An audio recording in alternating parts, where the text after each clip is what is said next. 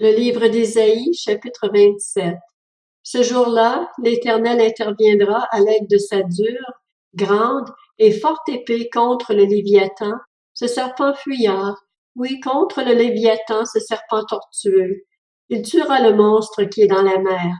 Ce jour-là, entonnez à son intention un cantique sur la vigne excellente. Moi, l'Éternel, je suis son gardien, je l'arrose à chaque instant.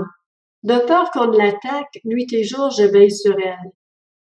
Il n'y a pas de colère en moi, mais si je trouve des ronces et des buissons épineux à combattre, je marcherai contre eux, je les ferai disparaître tous ensemble, à moins qu'on ne me prenne pour refuge, qu'on ne fasse la paix avec moi. Oui, qu'on ne fasse la paix avec moi.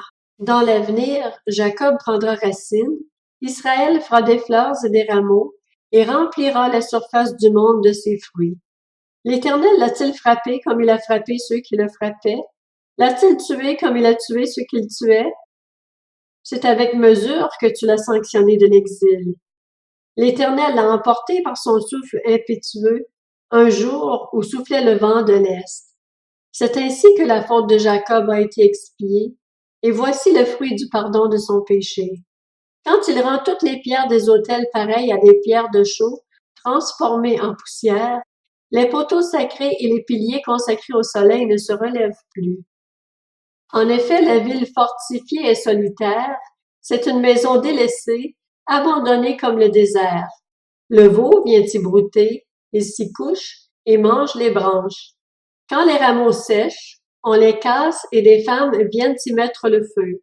C'était un peuple dépourvu d'intelligence. Voilà pourquoi celui qui l'a fait n'a pas eu compassion de lui, celui qui l'a façonné ne lui a pas fait grâce. Il arrivera ce jour-là que l'Éternel procédera à un battage depuis le cours de l'Euphrate jusqu'au torrent d'Égypte, et vous serez ramassés un à un, Israélites. Ce jour-là, on sonnera de la grande trompette.